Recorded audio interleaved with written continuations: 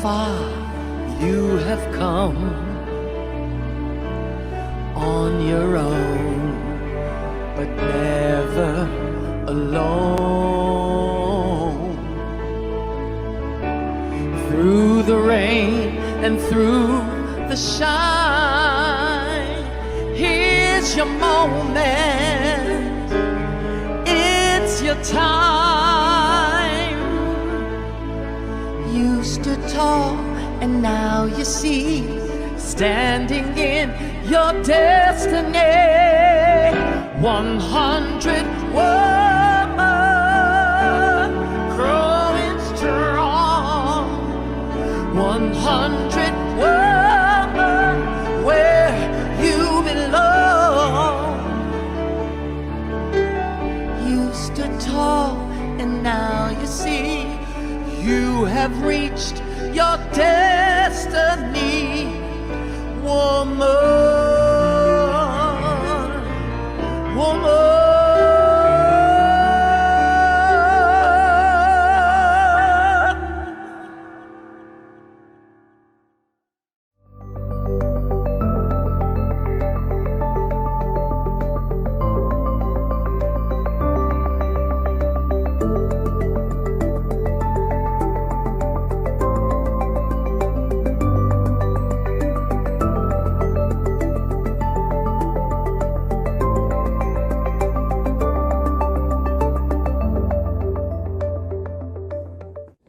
As people of African descent, we offer this land recognition in solidarity with the indigenous peoples of Turtle Island in the efforts and deliberate intentions toward decolonization. As people of African descent, we acknowledge the land of Turtle Island that sustains us, express deep gratitude to its indigenous peoples, and pledge to honor our dignity and divinity that ultimately connects us all. By Kay Johnson. Welcome to 100 ABC Fireside Chats. 100 Accomplished Black Canadian Women is a bold project initiated by co-authors and co-founders, the Honorable Dr. Jean Augustine, Dr. Denise O'Neill Green, and Donna Jones Simmons. Our mission is to celebrate and archive the professional accomplishments of trailblazing Black women from all across Canada. The goal is to create an ever-expanding database available for current and future generations via print media, public and private libraries, as well as our website, which is www.100abcwomen.ca. In addition to our fireside chats on topics that matter to our communities, such as education, healthcare, entertainment, creative arts, trade union, and so much more, we offer biennial book launching galas and biannual symposiums.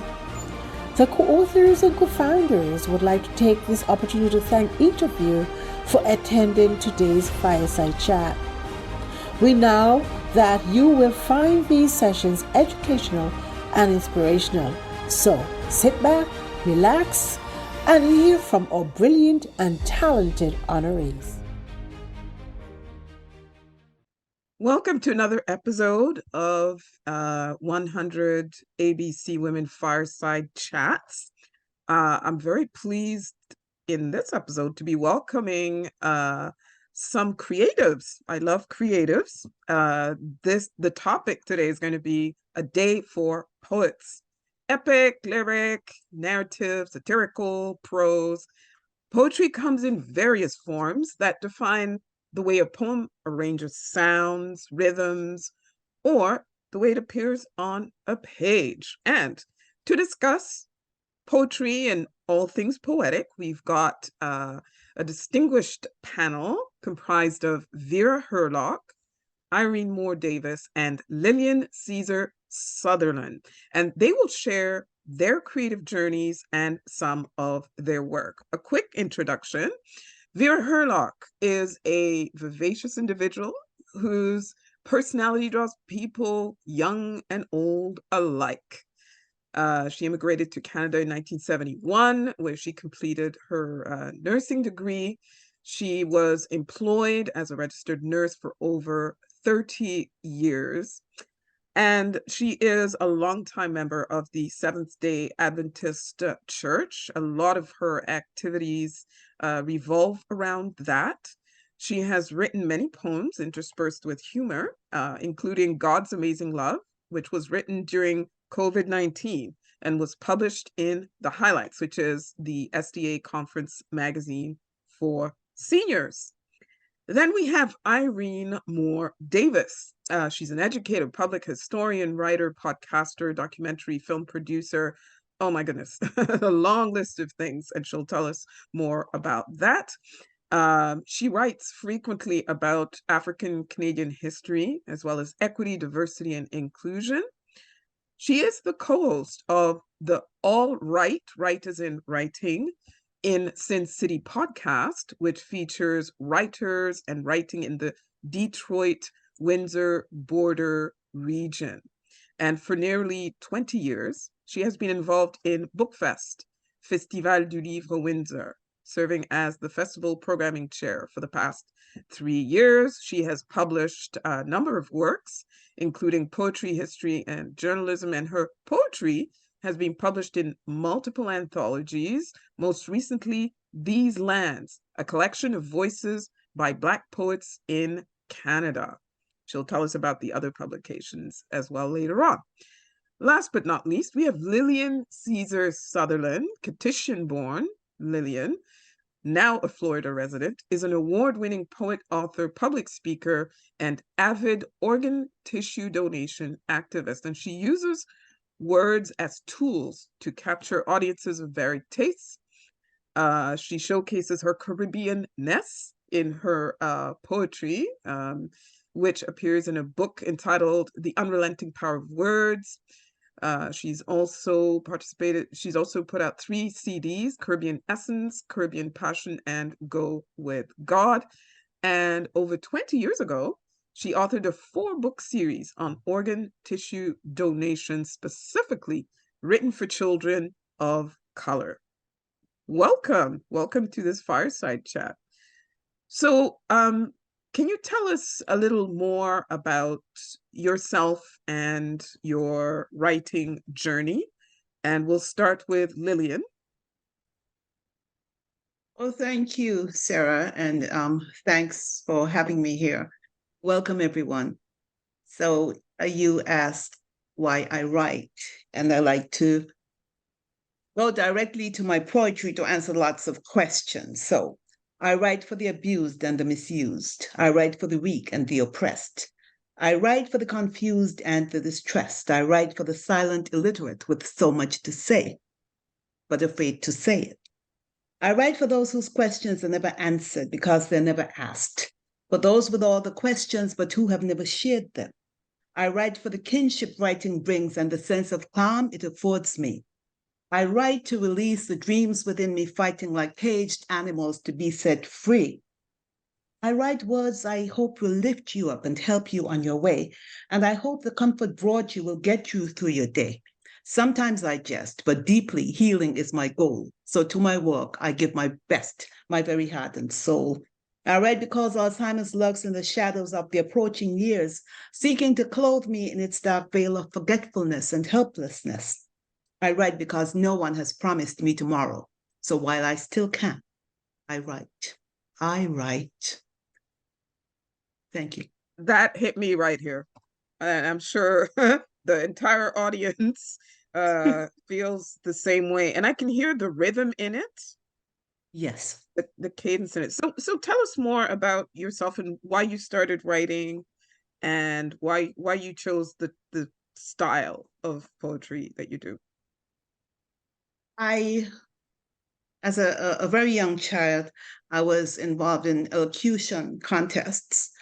And what really got me started was when my mother took me to a production which came out of Montserrat. And it was the first time I was really exposed to people proud of their native tongue, because lots of folks think that once you're Caribbean, you all have the same accent, and that is not at all true. And these were people who were proud of it and used it profusely. And my mother, who was not accustomed to this kind of thing, was so entertained by it that I was impressed, especially when she said, you know, you have to be smart to talk so much stupidness. And of course, I wanted to impress her. So I wrote my first poem. And that was the beginning of a whole new adventure and love affair with words. And my book of poetry is called The Unrelenting Power of Words. It's out from about 1995. It's out of print, but still used very much. Mm-hmm. Thanks for that, Irene. Thanks. So just give the audience more about your background, because you are several generations Canadian Black. Yeah, that's true. I mean, I come with multiple perspectives. I'm the daughter of an immigrant from Trinidad and Tobago who arrived here in the 1960s to help fill the skilled trades shortage, as many of our listeners and other 100 accomplished Black Canadian women have similar stories. But I'm also the daughter of a sixth generation African Canadian and very proud of that heritage as well. Writing has been in our family's blood for a long time. It's been announced recently, and we're all very happy about it, that my great, great, great auntie, Marianne Shad Carey, is receiving a Canada postage stamp this month in time for Black History Month, on the basis of having established the Provincial Freeman newspaper, on the basis of the amazing book that she wrote, A Plea for Emigration, and all of her writing through the ages and all of her activism. So I'm very proud to come from that legacy of writers. Mm-hmm. So you also teach, actually. I Can you tell us do. about that? Yeah. Yeah, I mean, my original education was preparation to be an English teacher. So I spent a lot of my time teaching English, as well as years in college administration. But the courses that I teach now are courses that I love to teach. I teach the Underground Railroad pioneers, race, racism, and anti-racism in North American society, and hip hop culture and social change at St. Clair College in Windsor, Ontario. And I also teach an online course for Western, for Huron University at Western, called Voices in the Wilderness, which is a combination of Black history and Afrocentric or Black focused theology. I co-teach that with some clergy from the Anglican Church of Canada, who are also people of African descent like me. So those are courses that I love to teach, and I really do it at this point for the joy. Mm-hmm. We're going to come back a little later to hip hop and, you know, how poetry is infused in your classes. But since you brought up theology, let's head over to Vera. So Vera, I'm very curious about the fact that, you know, you've been very immersed in the church, and a lot of your life revolves around that. And then you're a poet. How does that work? Uh-huh. Well, the first time I was asked to write a poem was actually back home in high school. And the teacher just came in and randomly said, I want you all to write a poem. Well, I wrote one verse at that particular time. And I still remember it to this day, although it is over 50 years ago. And it went like this. In my pretty room all the day, I dream of my lover so far away. He's gone to the college to study history, and when he comes back, he's bound to marry me. At that time, I was only about 14 years old. And you know, back in St. Kitts at 14 years old, you don't have a boyfriend. You're in a lot of trouble if you do. But I did have a neighbor whose son I liked very much. And I think that kind of motivated me to write poetry like that. Most of my poetry is inspired by humor. I believe the Bible when it says, a merry heart doeth good like medicine. I find when I left home and I came to this country, People are so hurried. Everybody is hurrying. People don't have time to laugh. They don't have time to smile, and they look so stressed out, you know. And so in the church, whenever I'm called to do anything, because I like to be different, I used to put a spin on poetry with it. And don't care how serious it is mixed with humor. I remember my friend, she had her 50th birthday party, and she said to me, "Can you write me a poem?" And I said, "Why?" She said, "Because I like your poetry." I said, "But you want what kind of poem do you want?" She wants me to incorporate all the years, over 30 years of friendship. And I sighed. I said, "You really want me to do that?" And she kept pestering me. So I wrote a poem for her. I had to frame it in a huge frame, and I called it "You Asked for It." When I when I read that poem at her 50th birthday party, people were stunned. They could not believe that I was able to write a poem incorporating who this girl is, our friendship over the years, and get it rhymed. See, my rhyming is either A B C D or A C B D. Very rarely I do not rhyme. And then having because I am an elder, and people usually think that I am good at speaking. So they will ask me, "Well, this pastor is coming. Can you welcome this pastor?" Or, "This pastor is leaving. Could you say goodbye to this pastor?" And I will put our relationship with the pastor into poetry. And also, I am speaking about church. I'm the elder for seniors because I'm a senior, and I like to make the seniors laugh. I'm the MC at their brunches, and I was the MC at my mother's wedding. She got married when she was 62, and I am just plain funny because I love humor. You cannot be around me for long with a straight face, you know.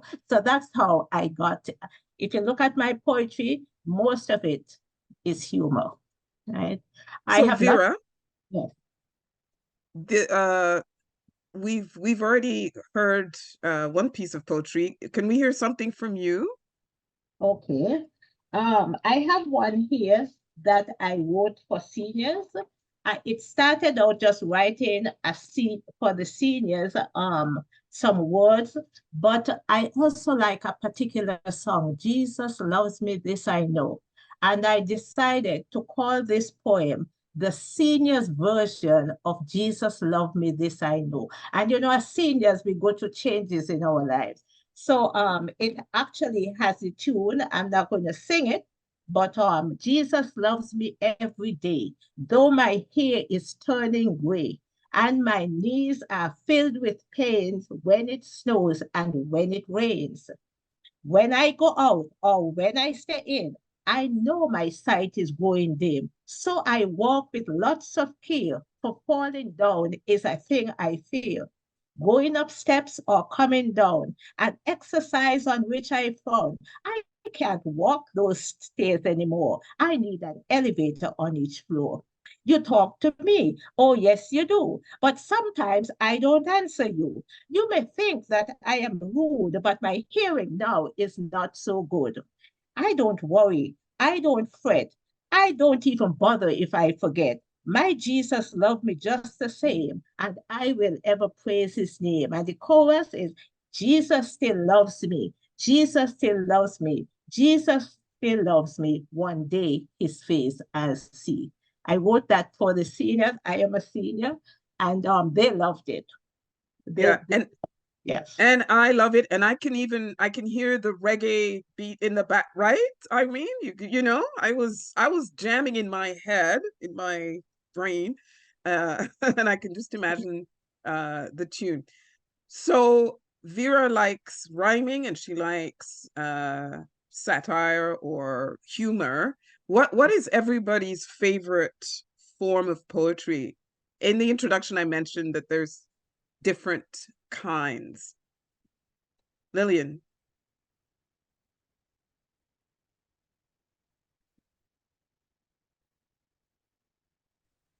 Sorry, I was muted.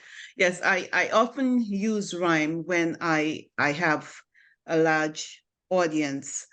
It is easiest for most people, something to which they're accustomed. But what I found with rhyme is it does not really get you thinking too deeply, because you kind of know what to expect. You kind of know where it is going. And I like very much to have the element of surprise. So I don't always use that. In church, there's a piece I did at a church once called What We Gonna Tell God. And so for that audience, I decided to go colloquially, and I decided to rhyme. I decided to use the richness of our language as well. And that was at that time the Kittitian version. So it went something like, what I wonder, what we gonna tell God for these picnic, what he lend we? God and beautiful children, what he give it to hold. On that great judgment morning, we're gonna tell God for we picnic soul. Let me see if I can find it here. Old people say the young people them is just not the same. But in our fairness to them, the young people is not the only one to blame. You mean to tell me, Mama can have daughter in a house now tell she morning, and Papa can have boy child on the corner now gone to school for get no learning? The little first wife girl and them doesn't like turning the homework when them in a maternity going to school, and them said the teacher can't tell them nothing because that is against the rule. Now, according to where I am presenting, this is not a line that I would use because I refer to them as forthright girls. And this is a very early piece when it was not customary for pregnant girls to be allowed to finish school. That is now a no-no. So depending on your audience, you have to trim up certain things. Although the punch here was that they use the pregnancy not to do the work, but you would leave that out because it is not now going to go over very well. So when the little picnic them rude nowadays, she got chatty, she's so cute, but we got to bend them while they're small. We got to mold them at the root. Nobody talk nothing now about being disruptive. The excuse is that sugar have them hyperactive. Children to then have to listen to nobody tell, not even in them home, because psychiatrists don't tell them have attention deficit syndrome. You can't fail to correct your pygmy, to show them how you love them, and it can't be all hug up and kiss up. The Bible says sometimes you have to, and in this old version, it says flog them, which is, again, not too good now. So you substitute the word flog with correct. You can't go wrong by using the word correct. You can't have your picnic buying car in your name and you well not there and walk in. You got to notice drugs them a sell. You notice the law them broken. Got a barrage of young people today walking and thieving all over the place. And the long-eyed parents them covering it up. Man, it is a disgrace. The church them and all have on burglar bars. Where you ever see that before? People today just like animals, nothing tiny respect for God do. They're thieving even while the spirit walking. Even while prayer meeting going on, you shut your eye for 1 minute to pray, and when you rise up, your money gone. That is a part of this piece that I did for a church, which went over very well. And I'm not going to bore you with the whole thing, except to say that at the end of it, I say, these problems just sitting on my stomach like a weight, but I going by my bedroom, gonna kneel and pray, because this is a punchline. Me and all ain't too straight. So rather than having people be angry with you because you're pointing fingers as though you're in this place of superiority or you have it all right, you end up saying, I too am guilty of certain things, and that diffuses a lot. So it's just using your words in a way that you appeal to the masses while getting your message across. Mm-hmm. Thanks for that, Lillian. You're welcome. Irene, we haven't heard any of your pieces yet, but I'd also like to, since you're the professor on here, I'd also like to get a sense of, um, the different types of poetry. Like we've heard a lot of the rhyming, but what can you tell us about different forms of poetry and then the type of poetry that works for you? There are so many forms of poetry. I mean, that's the beauty of poetry, isn't it? That we can play with it in all kinds of ways. And when I teach hip hop, culture, and social change, we look at that rhyming structure and all of the things that make hip hop really special in terms of the poetry, although that's only one component of what we study. But we also look at the capacity for social change and how hip hop and the hip hop movement have inspired change, not just around Turtle Island, but across the world, how Brazilian hip hop and Russian hip hop and hip hop in Zimbabwe and all of these places have really had an impact and are helping young people in all of those places really have their voices heard. When I started writing poetry, it did rhyme when I was a child, and it was often poetry that I was writing as lyrics for songs. I was writing songs. I was learning the piano as a child, and I was, coming up with lyrics to go with the songs that I was making up. And as I grew and developed more of a love for various forms of poetry, I really started to stay away from the rhyming poetry. So if I'm preparing a piece that I want to be humorous, for example, for my husband's birthday party one year when he was having a milestone birthday, I did come up with a rhyming piece that was meant to be hilarious. But most of my poetry doesn't rhyme. I really love the capacity for poetry to break or smash all of the rules that we've been taught. I'm very, very meticulous about my grammar when I'm writing nonfiction. But when I am working on poetry, I can break all of those rules. And I really love that. Mm-hmm. Yeah, thanks for that. Do you have a piece handy that we can Sure. hear to get a sense of Yeah. your poetic personality? For sure. I mean, many of you will be familiar, probably from school, with The River Merchant's Wife, a Letter, which was originally written by the Chinese poet Li Bai and then loosely translated by Ezra Pound. So it's often included in Ezra Pound's work or summaries and lists of his work, but it wasn't really his poem. He loosely translated and created something new.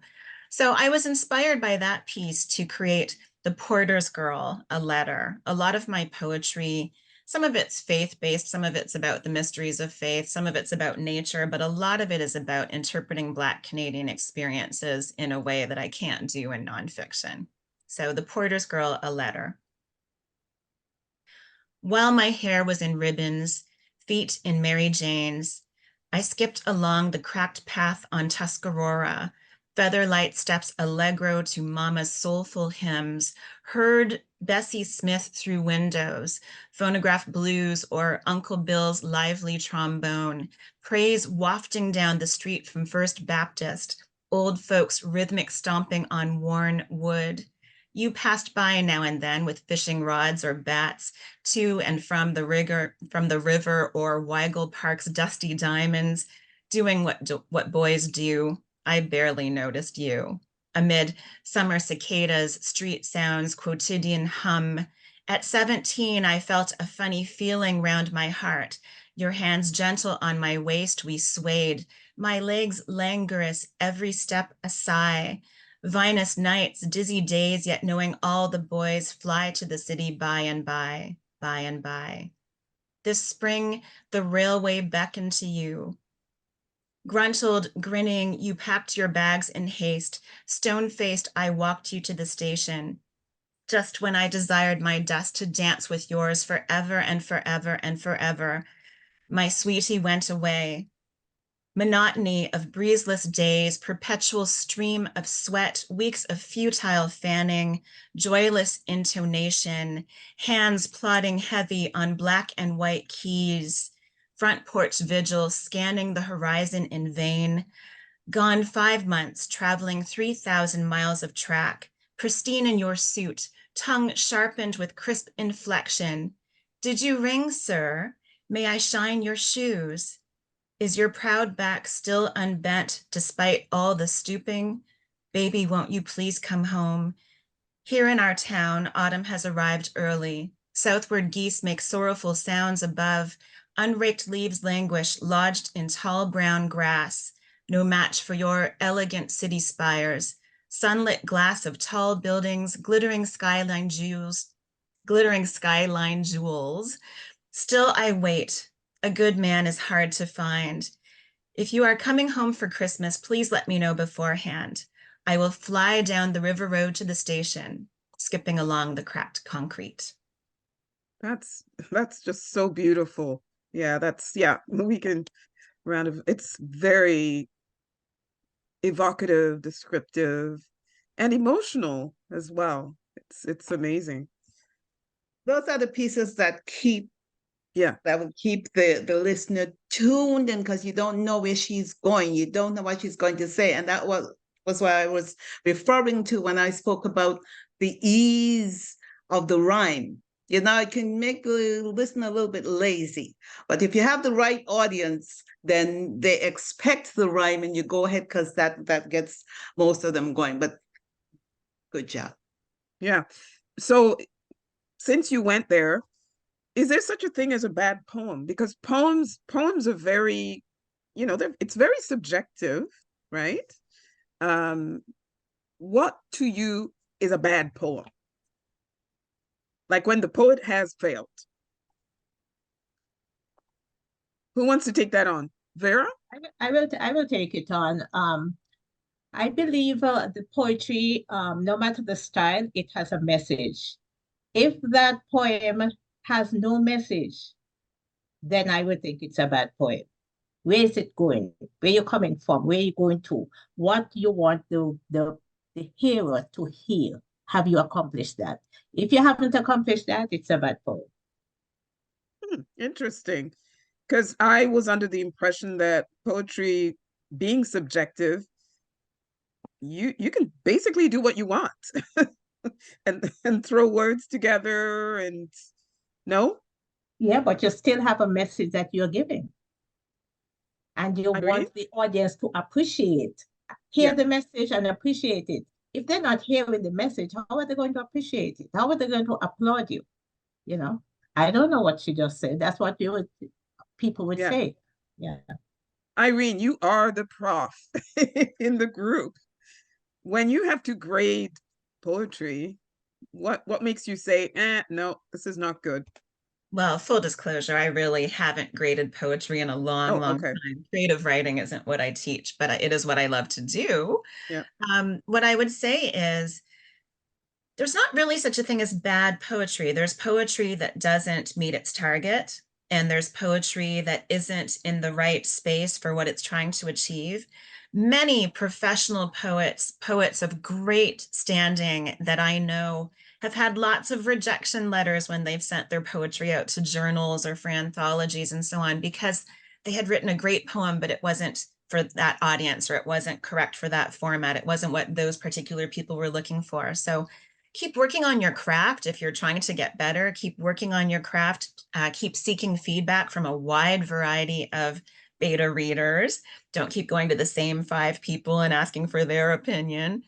Take poetry workshops, meet with different kinds of poetry, write poetry together. But it's not that your poetry is bad if it's not being accepted or loved in the way that you anticipate. It could very well be that you just need to find a different place and a different audience. Mm-hmm. Lillian?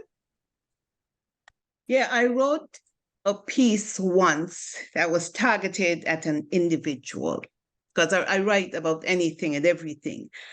And I'm a cancer survivor, a very well-intentioned friend of mine. Every time she spoke to me, you don't cry, you don't this, you don't that, you're a strong woman. And I tried to ask for some space and it just wasn't coming. So I penned a piece that was specifically for her. And I really forgot about it until today. It says, please, friend, let me have this moment. One moment without you questioning my faith. One moment without being under your microscope. Without feeling crushed by the pressure of your scrutiny.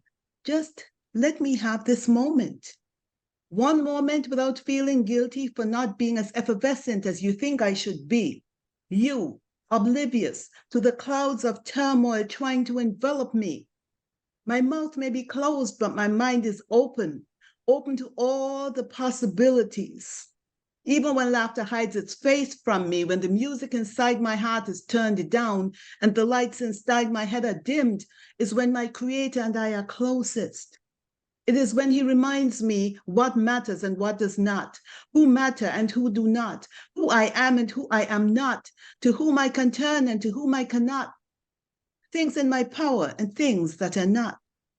I do not ask you to trade places with me. All I ask is, let me be quiet if I want to, cry if I want to, smile if I want to, pray if I want to. Please, can you find it in you to just let me have this moment?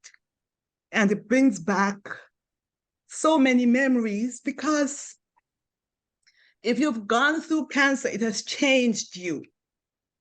And while we mean well, it's like having a death in the family and having the person say to you, well, you know, he's in heaven. Why are you crying? So why are you running to the doctor when you get sick? It's because you're not in a hurry to get to heaven. My mother told me some time ago, she got sick and I was a little obstinate girl. And I said, well, Mother, if you're going to heaven, why are you afraid to die? And she said, child, when you have a reserved seat, you don't need to be in a hurry to get there. You know, so this piece I wrote specifically for one person, and it worked. She never brought it up again.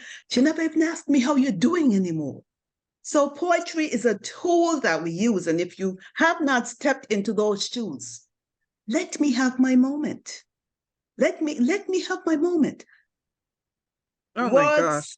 I wrote a piece once. I got a little bit emotional there, but words, I once wrote a piece that said, words are my playthings. I've juggled them and watched them cascade. And, you know, I was a little bit cocky.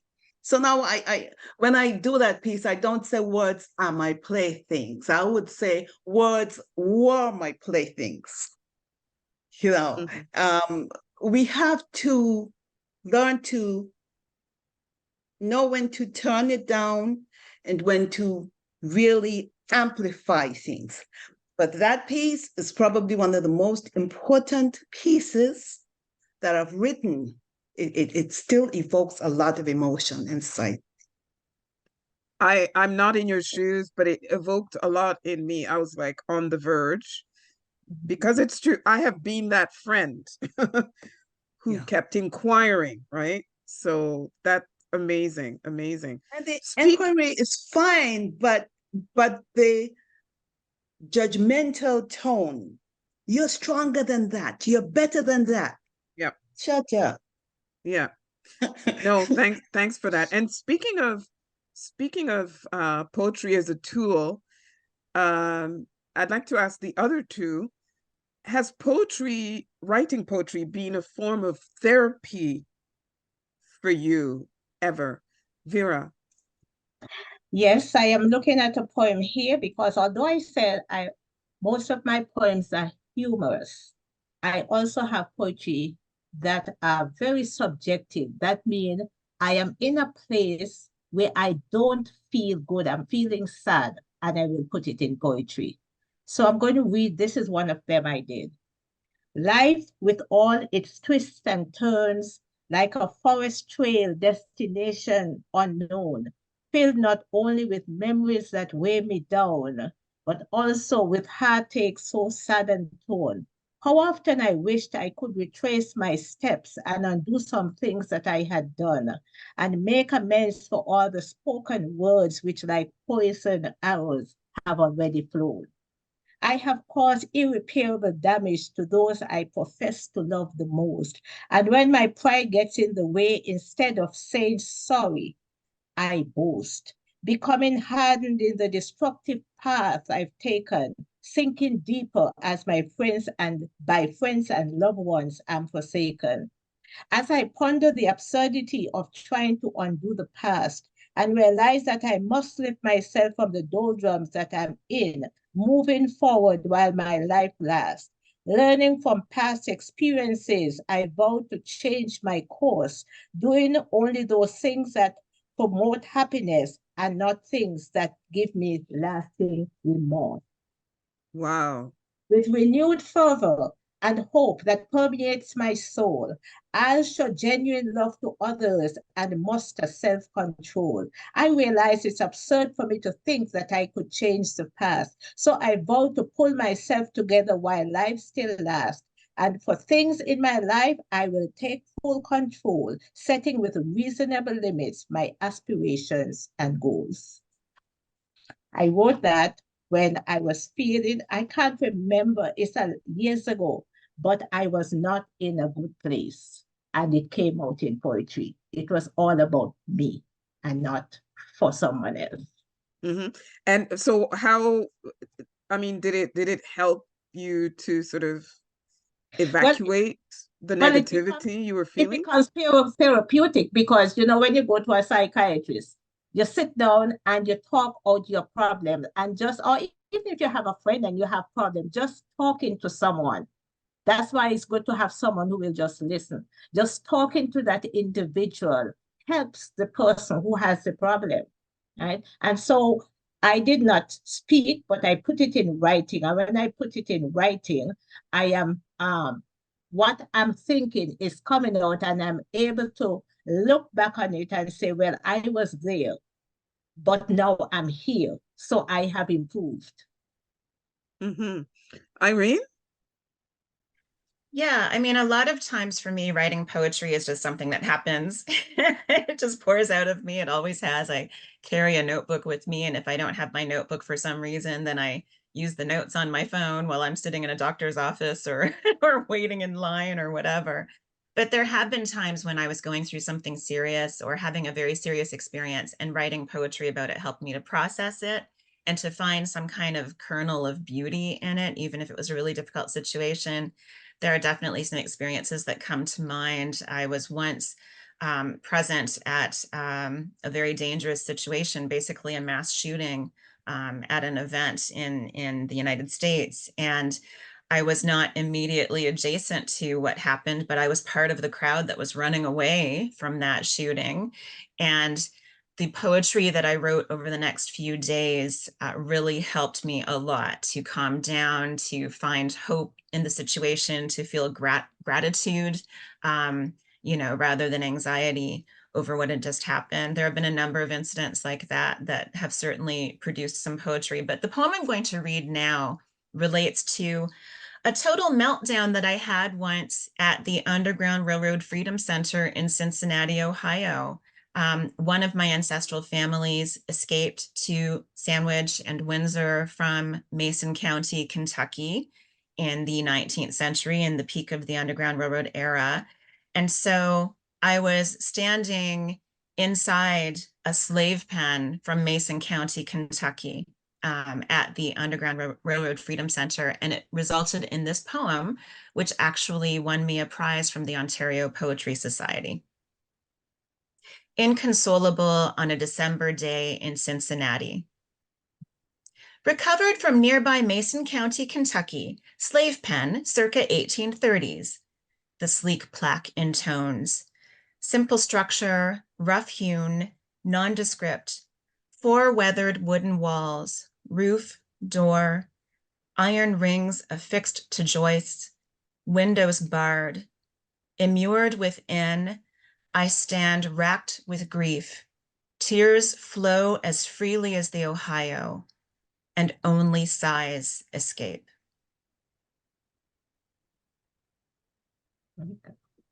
Wow. Okay, I'm like, I can actually picture what you're saying. I can actually see it. And I'm sure people who've gone to plantations or people who've gone to Ghana and stood at the door of no return looking out into the ocean have sort of had similar feelings. And you just managed to encapsulate that one moment in those words. That is amazing. Tell us about your published work. Yeah. Well, since we're with Irene, we'll start with Irene. Sure. I mean, that piece was published by the Ontario Poetry Society in 2018 in their Ultra Best Short Verse anthology and did win the third prize that year. I've also had my work published in a number of anthologies. You mentioned the These Lands anthology from the League of Canadian Poets. I've also had work published by Urban Farmhouse Press in their By the River anthology. I've had work published by GWP Press in their various anthologies. Usually Words Gathered is the title of those. And most recently, in a wonderful anthology of poets from around Windsor, Ontario, where I'm from, published by Black Moss Press. And that one was called, oh my goodness, what was it called? This is a little bit embarrassing. But it was a look at public art. It was called In the Middle Space, and it was poetry based on all of the public art that we have around Windsor. So naturally, given my framework, my perspective, and my lens, for anthologies, almost anything that I publish is going to focus on Black Canadian experience, Black Canadian art, Black Canadian life. And I find that it's not that those are the only poems that I write, but those usually end up being the most powerful and the most likely to be published. Mm-hmm. Lillian, tell us about your published works. You already started I talking about them. Yeah, I am in good company, Irene, because I cannot remember.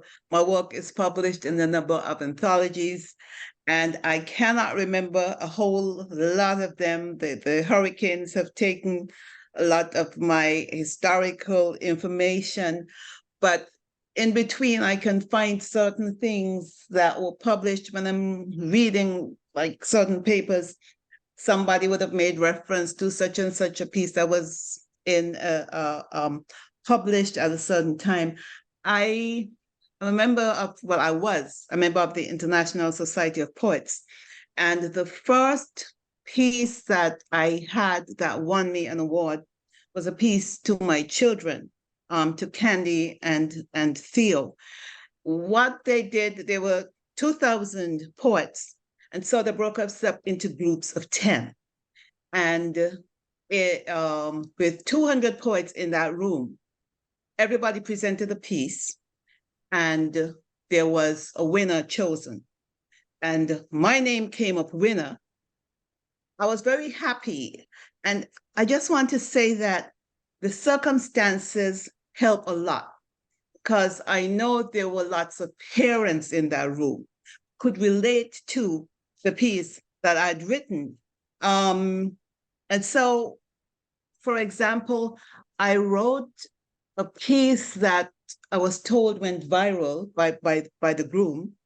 There was a wedding. The gentleman is very, very well established, and he had asked me to write a piece for his wedding. I write for weddings and funerals and just so many things. And I said to him, it was during COVID, and I said, I'm not coming, but I will write the piece and you're going to present it. And he said, but I'm not romantic. I said, well, you are now. You are going to present it, because here is a bride, here's the groom. In that moment, I have the good fortune of having the stage set. So I'll read for you a part of what that said. And there was music. I don't know if you're aware of the song called The Rose. Some say love, it is a so. So that was playing softly in the background. I had him record the sound, because he was, how am I supposed to remember all that? I said, I'm not asking you to remember anything. I said, what I'm going to write is going to be profound, and no one in there will notice that your lips are not moving. And he said, I said, okay. He trusted me enough. And so they were standing there, and it goes in part, my rose, I will always be there to nurture you, more than always. I will be there more times than any time, and every time, and all the time. I will serve 1,000,000 life sentences if loving you becomes a crime. I will be there past forever, long after forever comes to an end. I love you with a currency no trillionaire can outspend. I promise to romance you with the golden touch of the more than our solar system's 200 moons and the passionate heat of the blazing Caribbean sun. I loved you yesterday. I love you more today. I will love you still more tomorrow and for centuries to come. English, French, and Spanish, though I am fluent in all three. The ultimate words to describe you are not yet known to me. No certifications, qualifications, or other academic accomplishment. Talk of distinctive stewardship, past or at any future point in my life, will ever come close to the honor and adulation of this moment. Thank you for becoming my wife. This is our space sublime. The good book acknowledges that growth takes a while, but happens all in the fullness of time. And Wow. that, with the right setting, did the trick. And I laughed because his friends were texting him and they were writing it in the group chat that, no, you put us in trouble because our wives and our girlfriends said they want a piece. So you use whatever there is to get where you want to go. I drew the reference of using the piece about my children in a setting that had a lot of parents and this particular piece. And so, right, words are just the most powerful tool that we have. Yes. We just have to know how to apply them. We have to know when to soften them, but we can always reach deep down inside a person without even knowing that individual if we just take the time to put ourselves in that situation at the correct time. Very well said. Vera, Yes. tell us about your published work. Well, Sarah, Vera writes poems just for fun. Very spontaneous. And by that I mean, I would be lying in bed, supposed to go to sleep, and all of a sudden poetry comes in my head. So I get out of bed and I begin to write. Most of my poetry comes from, I don't know what it is about the shower. But when I step into the shower, I will have a complete poem in my head, put a tune to it by the time I'm finished with the shower and come out. It happens every time. So I have one here. People have told me, why don't you publish your poems? I have never really published them, except, well, the one in the seniors highlights. Two of them I had put in the seniors highlights. But I have one here that is soon it will come out as a CD. Yeah. I was hoping to have it. It's called I Am Blessed and Highly Favored. I wrote this poem, then a tune came into my mind. I put a tune to it. And in the time when COVID was happening and we got a grant from the government, this song was used to help the seniors to be able to come together in a project where they sing. So we didn't just use seniors. We had what you call an intergenerational choir. We had different ages. And so this is coming out soon. It's called I'm Blessed and Highly Favored. It's a published CD song. It was written by me, the tune was by me, and I collaborated with the music department of the church, and they put it together, right? And it's really, really very nice. I wish I had it where I could have played it for you. But it goes like this. I am blessed and highly favored. Oh, yes, I'm blessed and highly favored. I can feel it. I can feel it in my soul. I am blessed and highly favored. Oh, yes, I can feel it in my soul. And the first verse says, he woke me up this morning.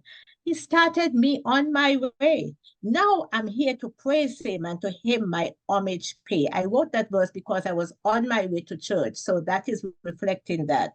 The second verse goes like this. When I'm sick and afflicted and the doctors don't know what to do, I call on Jesus. He says, my child, oh, my child, I will see you through. And the third verse is when trials overwhelm me and it seems that there's no way out, my Jesus steps in and he rescues. It is then I begin to shout, I am blessed and highly favored. I am blessed and highly favored. I can feel it. I can feel it in my soul. I am blessed and highly favored. Oh, yes, I am blessed and highly favored. I can feel it. I can feel it. I can feel it in my soul. And that is the only thing about my work that is really will be really out there. But all the other poems, I have them here. I have them here. Well, it would be nice for, you know, a larger audience to get to experience them. So somebody here is mentioning Bruce Skerritt, who's a Canadian icon. Um, I'm not very well versed in Mr. Skerritt's work, but if you could talk about Black poets who you really admire and who have influenced you. So Lillian.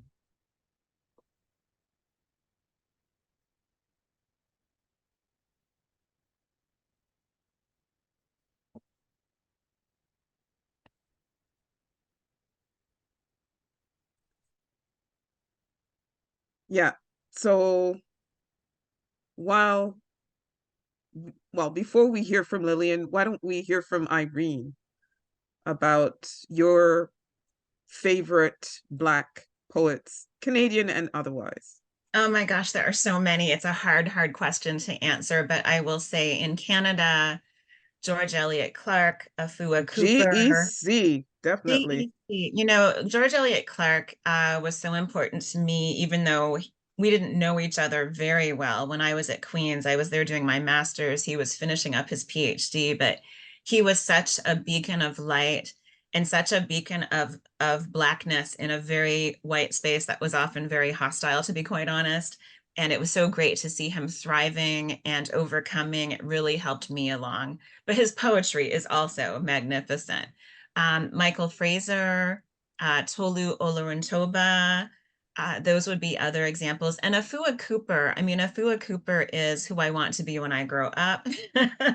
Afua has this extraordinary ability to be as excellent at historical writing as she is at poetry and vice versa.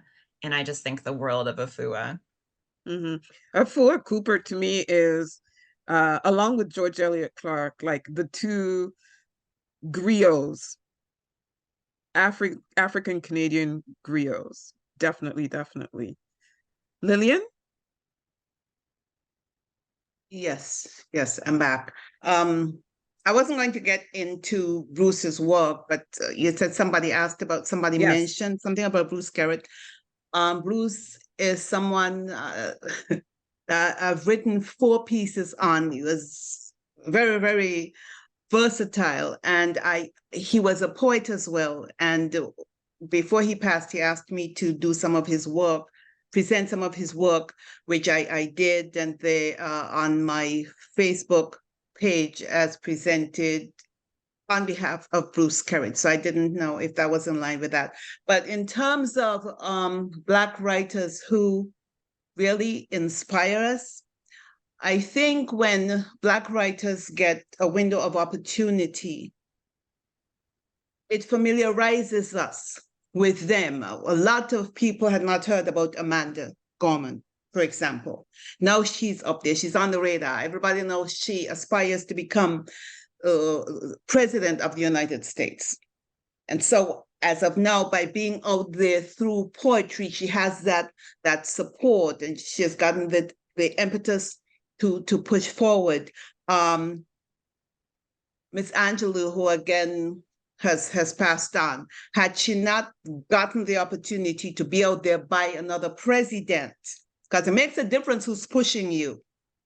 You know, suddenly the world knows about you and you have the wind beneath your wings. Toni Morrison is one of those writers who really impressed me. And the fact that she married, was it a Jamaican or Trinidadian? That, yeah, she married one of our guys. And so I love her even more for being bold enough to show that appreciation. I could just imagine him going off in his vernacular with her and her enjoying it, because cultural richness is expressed a whole lot orally. We speak so musically. We have this something about the way we talk. I mean, communication flows very, very freely. I listen to my Jamaican friends talk, and they say unu, and immediately I translate it to Kitishan, which is are you, or are you, you know. So there's a coming together once there is exposure. But those are some of the major writers that I've followed and who have impressed me. Yeah. And Vera? Huh. The two Black poets that I know, Lillian just mentioned them. I don't, I have not immersed myself in a lot of Black poetry work. I loved Shakespeare. And I loved, I think it's Wordsworth Longfellow. He wrote the Daffodils. Those are two poems that I had loved. And in Shakespeare, I had loved the lines, if music be the food of love, play on. Give me excess of it, that surfeiting the appetite be sickened and so die. That strain again, it had a dying fall. Oh, it came on my ear like the sweet sound that breathes upon a bank of violet, stealing and giving order enough no more. O spirit of love, how quick and fresh art thou, that notwithstanding thy capacity receiveth at the sea, not enters there of what validity and stress of what validity and some things I hear, I'm forgetting it, but falls into abatement and low price. That anyway, that is the poem that I know that falls into abatement and low price, even in a minute. That it alone is high fantastical. I may have left out a line, but I loved Shakespeare. And I love the daffodils. I wandered lonely as a cloud that floats on high over vale and hill. When all at once I saw a crowd, a host of golden daffodils, beside the lake, beneath the trees, fluttering and dancing in the breeze. Those are poems that the writers that I had liked, but I cannot give you a whole lot on Blacks. Nope. Poetry. No. And that's We fair. obviously went to the same school. Yes. Vera. Yeah, that's fair. So That's Irene. funny. My father recites all of that stuff too. Yeah. I had forgotten most of them until she started, and it kind of came back. It's strange though, because I remember the first poem I did as a child. Well, back then we spoke about recitations, because this was I was 3. This was my introduction. I was 3, and my father was there to witness my coming out, as it were, and I got so nervous. So we're spelling out welcome, and you start with the W when you come right down, and I'm the last one with the E. And I go, I'm remembering, I'm saying it all the time, and the closer they get to me, the more I forget what I'm supposed to say. And when it comes to my turn, I hold up my little E and I go, E is for.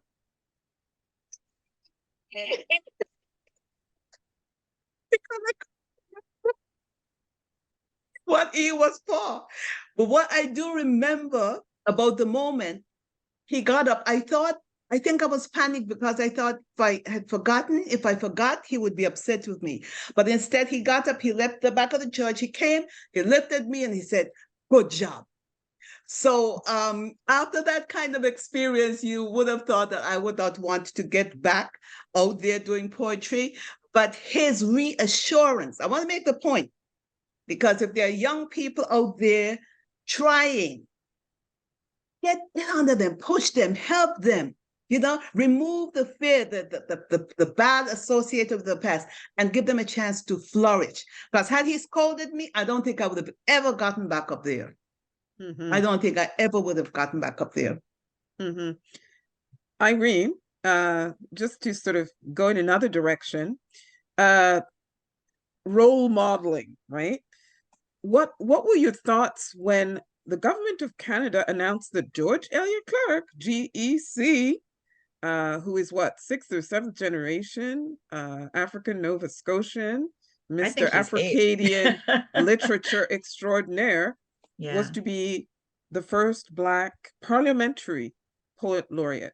What effect does that have in terms of, inspiring? Oh, I think that's tremendously important. I mean, they did their job in naming him to that role, and he performed that role very well. And we are all familiar with the incredible poetry that came out of that era in his career. But, our job is to amplify that message and to make sure that every young person knows that the parliamentary poet laureate is a person of African descent. Now, he's no longer the parliamentary poet laureate, but we do have a parliamentary poet laureate who is a woman of African descent. And She's Haitian. that's right, Yes, she's Haitian Haitian. Canadian.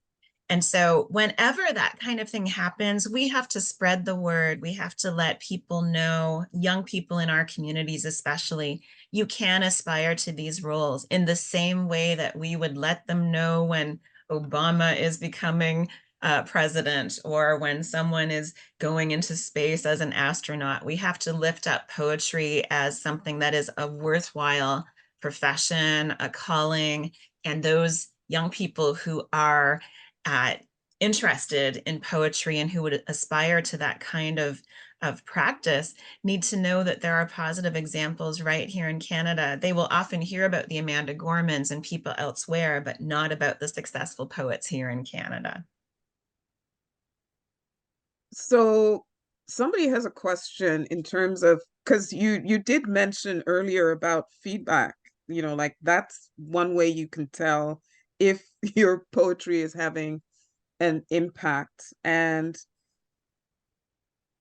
so, to what extent should you be trying to please a mainstream audience, mainly, let's just say, a white audience, as opposed to people who look like you or who share the same type of experience? To what extent should you be looking for feedback from those mainstream audiences, given how historically they have behaved towards all of our art, whether it's poetry, literature, visual art, sculpture, or whatever? To what extent does their feedback matter? Who wants to take that on? To an extent, but not the majority of, we shouldn't make the majority of our decisions based on another population's point of view. I like to share my poetry with people of African, Black, Caribbean descent, but I also like to share it with poets who are established in my city. And in my city, a lot of those folks are of European descent. A couple are of Indigenous descent as well. I share the poetry with them so that they can say things like, you use that word twice. You used it in line 3 and in line 14. And I think you should use a colon here instead of a semicolon. And I think this line would be stronger if you moved it up here. I'm not asking for people to direct my content or to change my voice or to tell me what kinds of topics I should or shouldn't write about. But I appreciate feedback of a formatting nature or of those little tweaks that will make a poem stronger. I think you can get that kind of feedback from people of other cultures too. But we have to stay true to our voice. So for that reason, I like to share my poetry very deliberately with people who share my cultural experiences and with people who don't. And I find that creates a healthy mix that results in the best possible poetry for me. Mm-hmm. Thanks for that. Lillian. Yes, ma'am. I see someone here saying Bruce Carrot is a Canadian icon. You wrote about him. Can you share some of the work? And I do not have any of his pieces here, but I will tell you, if you will go to my Facebook page, that's Lillian Sutherland, Lillian, and you're seeing, if you're on, you're seeing the correct spelling there. you can see pieces on Bruce Perry. And what I have done, I have taken his work and I have put them to music, the words to music, and the pictures from his involvements of the past. It is, if I do say so myself, very tastefully done. His wife worked with me to send a lot of pictures over, and Bruce himself had given me a lot of pictures. So instead of just listening to the words, you're actually able to see a piece of his life. One of the pieces he wrote was called I'm Tired. So sick and tired. I'm tired of being sick and tired. And he spoke of the expectancy of people, the expectancy of people think, well, this is Bruce, and if we just visit him, he can perk up and, act differently.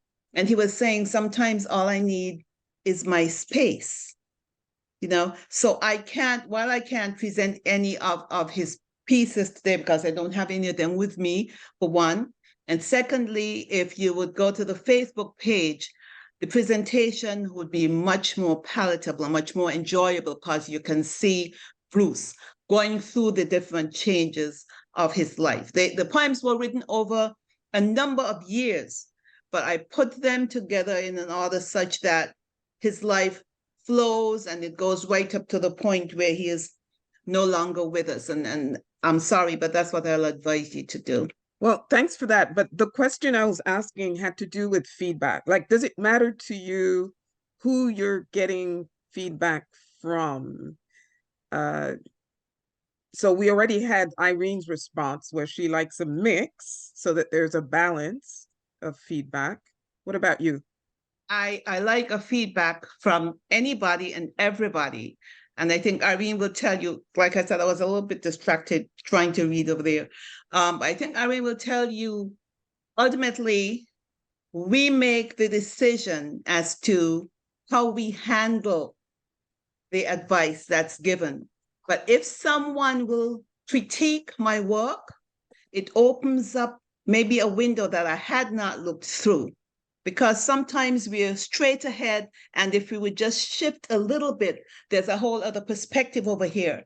And if you're not open to people critiquing, and I want to use critiquing rather than criticizing because the connotation is different, we're not ready for growth. I want you to stand up and tell me, Lillian, I did not like so and so and so. And I said, what about it did you not like? And then I may say, I have to respectfully disagree with you. Or thank you so much. I didn't think of that. And now I become a better person. So if I'm in my little cocoon, then I need to just write work for myself and not share. Yeah, thanks for that. Vera? Yes, feedback is important regardless of who it's coming from. And feedback is good. Sometimes the perception of an individual, when you get the feedback, you didn't even think of it. And so it gives you other ideas. I could have done it this way or that way. I have never been put in the position where I'm standing before a predominantly white audience. I have always been before Black audiences. So I tailor my poetry to the Black audience. I think any one of us, because there are different ways of writing and doing poetry is very, very subjective, that it is good that we know the audience that we are going to, because I still believe whether you're Black or whether you're white or whatever audience you're standing before, you should be able to tailor poetry so it can reach everyone in that audience. Everybody may not accept it the same, but you will get some feedback, and let's take the feedback positively because we need it for both. I've done, if I may just say here, I, at one point in my life, did a lot of presenting at the University of the Virgin Islands in particular. So you have these folks who are there, as I said, really not interested in poetry as much as they're interested in getting that grade to help them move further along. And there was in one class a rapper. And I said, I guess you must like poetry. And he said, me, no, I don't like poetry. I said, you don't? So I talked around a little bit, and then I called on him to come and do one of his raps for us. And when he was done, I said, so what do you think that was? You know, because we have still the concept that poetry is for white, gray-haired, old men with rigid structure. And no, I mean, I find Caribbean people in particular, I may be a little biased here, to be very rhythmic. And we have a very influential way of expressing ourselves. And if you listen closely enough, you hear the musicality in what we do. We are highly spirited people, and that translates. However, talking about that and talking about the university situation, there's one piece that I really would like to do, because it is very nerve-wracking when you're walking into a situation thinking that these people are not going to pay attention, but we're just passing the time. I don't want to go and pass the time. So I wrote a piece called, at first it was named Caught in the Act. And then I thought, no, I renamed it From the Horse's Mouth. And when I walk into the classroom, let me just say, I don't want to sell myself as someone I'm not. I do not hold a degree. So I talk a lot about presenting at the university level. Yes, I've done that repeatedly, time and time again, and to different audiences at different academic levels. But I just want to say that, so you know that it's clear. So I needed a piece that was going to get people's attention up front. And it goes. I have 3 of my sisters online. I hope they're not nervous. At first, the thought was revolting, getting out of bed at 1 or 2 in the morning, not lying with my husband instead, because this piece is about me cheating. So to get back to the piece, my conscience always said to me, don't go through that door, but I could enter a world of excitement or listen to him snore. Forgive me, my weakness overpowered me. I snuck out of our dark bedroom, clad only in my red negligee and my husband's favorite perfume. Hands anxiously roaming, inhibitions all but gone. I found the spot, the target. It was a sure turn on, and as excitement was reaching its peak, I bit down on my lips, trying hard not to speak. Still our noises pierced the stillness of the night as my husband's voice made me stop in fright. This marriage would be a whole lot sweeter when I no longer must compete with that glass-faced computer. So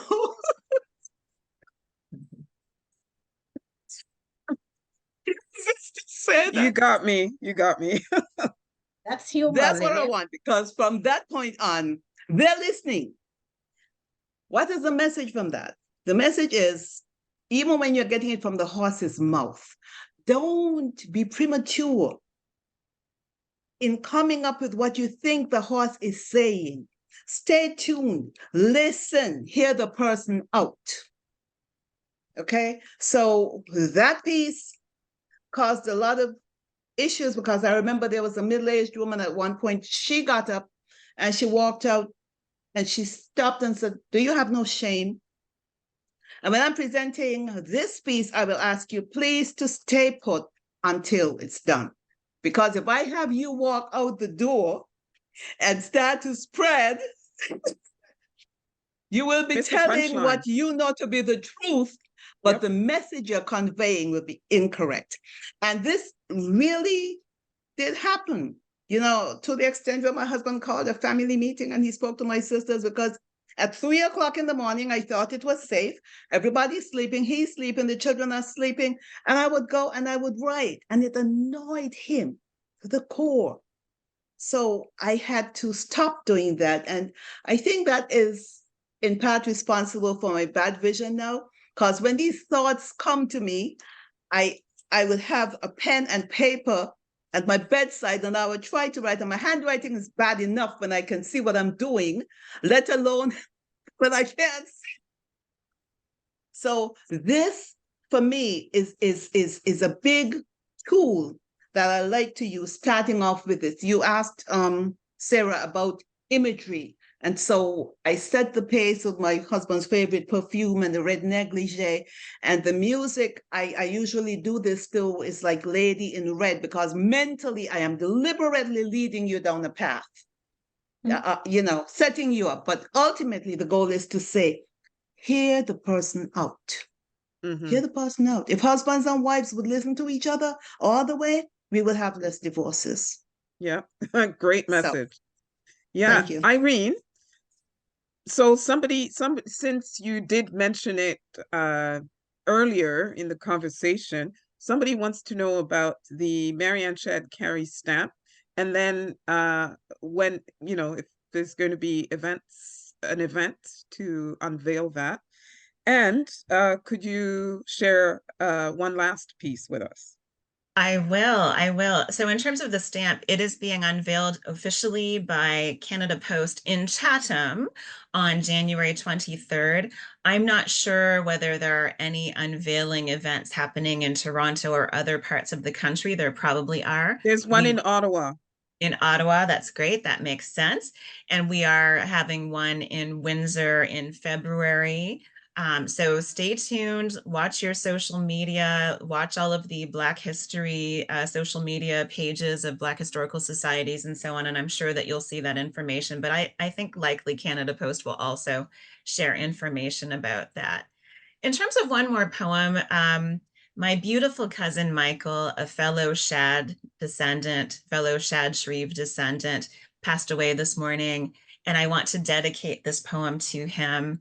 It is a poem that was inspired by a great artist here in Southwestern Ontario, Mr. Matthias Mulamy. And Michael, peace be upon him, had impeccable taste in art, in furnishings, in jewelry, in clothing, in flower arranging. He had so many ways of expressing beauty. So the paintings of Matthias Mulamy spoke to him as well as to me. I have several in my house, and I want to share this poem in closing and dedicate it to the beautiful Michael. Matthias Mulamy. You carry Uganda in your heart forever. Bantu peoples working in iron for 1,000 years and in agriculture 2,000 years longer. Your fertile lands exported gold, coffee, cotton, sugar. All the colors we see now in your intaglio etchings. Just as the kingdoms were abolished, you made your graceful exit. No need to tarry for the Constitution torn to shreds. In 1967, you fell from the sky, landing feather light at the height of our patriotic outburst. Metal salts coating the night with color scent of smoked sulfur, flags waving, crowds raging, the maple leaf forever. 3 years later, departing Guelph, you glided to graduate school, refining your artistry amid the still smoking ruins of the Detroit uprising. Etched with pain, jet black from the flame, ground scratched away to reveal the people's metal. Exposed, metal acid bathed, eaten away, ink settling into its recesses, creating new textures. A city run through the press, and who knew what beauty would emerge on the next page? But you conquered war-torn Woodward with your disarming smile, Lake Victoria lapping at the edge of Kirby and Cass. What swept you then to London, carved you into that vast white page, deep ochre sinking into the creases. Yet in Windsor I met you, a child skipping past tables, tents, and throngs. I rushed until hushed by calm ancestral spirit song. Years later, in the park full of art, I look for you always, plod patiently past rocking horses, leather goods, gazing balls, earthenware, sculpted driftwood, baubles, buttons, shiny objects for crows, to find you, Your tent again an oasis, undulating shapes, calm figures, dancers, drummers, mother and child, families gathered, lovers in repose, and the beauty of Africa in soothing tones of sugar, cotton, coffee, gold. Wow. Thank you so much for sharing that, and sorry for your loss. I mean, Yeah, yeah. that must be very difficult as a poet, for example, to be asked to stand up at a funeral, for example, and poetically pay tribute to, the person that's being mourned. How do you muster the, I don't know, like the strength and the courage to do that? I actually speak at a lot of people's funerals. I'm often asked to speak at funerals, and not necessarily to share poetry, but just to convey a sense of the person we're honoring. And I consider it such an honor, when there are vast numbers of family and friends there, and there are only so many people that can be accorded that space in the service, to be part of that ritual and to use language to convey some sense of who this person was and what they meant, usually in historical context. I'm always very grateful for that opportunity, and I don't take it lightly. And that's how I muster the ability to do that. Well, thank you very much. Well, we've come to the end of the conversation. One last word. Oh, there's a last poem from Vera, and then just your closing thoughts about poetry and being a poet. Some years ago, I asked myself the question, when you pass on, how would you like people to remember you? And I thought I didn't want people to remember me because I make them laugh. I didn't want them to remember me because I am good at public speaking or doing presentation. So I asked myself again, how do you want people to remember you? And what came into my mind that I want you to remember me that when you were feeling down and you came and you spoke to me, that when you left my presence, your spirits were lifted. And so I have this poem here, and it was actually, I wrote it last night because in my spirit, I felt that somebody out there need to hear it. And so this is the poem I'm going to do. Fear not is what God said to you, no matter what you are going through. There may be things in your life you lack, but don't despair, God's got your back. Fear not, see the salvation of the Lord and claim the promises in his word. Your Red Seas he will part for you, prosperity he will bring you to. Fear not when the bills are coming due. How they will be paid, you have no clue. But God the Creator owns everything. He will to your situation deliverance bring. Fear not, have faith, be strengthened in his might.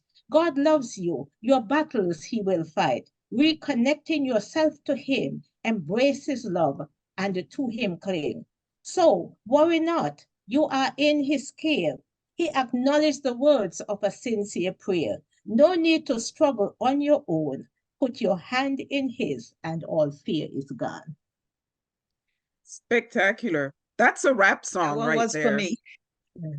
Right, Irene? That would make a great hip hop gospel rap song right there. I, So, I, there was another one I had. It was written for young people who are wasting time, but oh, I see we're out of time. So, I call it procrastination, right? Because I yeah, am that, looking into our culture, and you yeah. see a lot of our young people come here, they get the opportunity, but they are not taking it. So that poem was written for them, But Well, anyway, I don't know. Can you squeeze it in real quick? okay. I'm really curious now. Procrastination. The mill does not grind with water that is past. Make hay while the sun still shines. Young man, young woman, please seize the day. You don't want to waste precious time. Dilly dally, now you are in the strength of youth, with friends who set no realistic goal. Not bothering to apply yourself in school, your lifestyle puts you at risk and out of control. too late will be your regretful cry as you reminisce and continually ruminate about opportunities that come your way, but the horse is now out of the gate. The chances in life you squandered away, now a mirage in the desert sand, no bottle of life with a genie belly to rub to say your wish is my command. So take heed and learn, upgrade your life, do the things which needs to be done. Younger ones are quietly looking up at you. Be leaders for right and not followers of wrong. Bravo. Thank you so much. Thank you very much to all of you for sharing some of your work. Thank you for being you, and thank you for all of that creative energy that you have put out into the world over a number of years. And I hope that our audience is going to look you up online and look to see if they can get any of your published work and continue to support published work by our Canadian creators. Amen. Thank you. Amen. Thank you very much.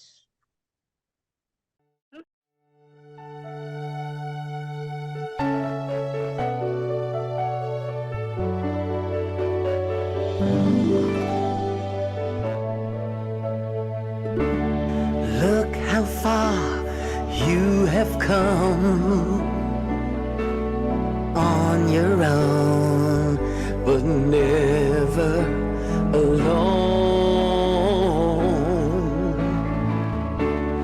Through the rain and through the shine, here's your moment. It's your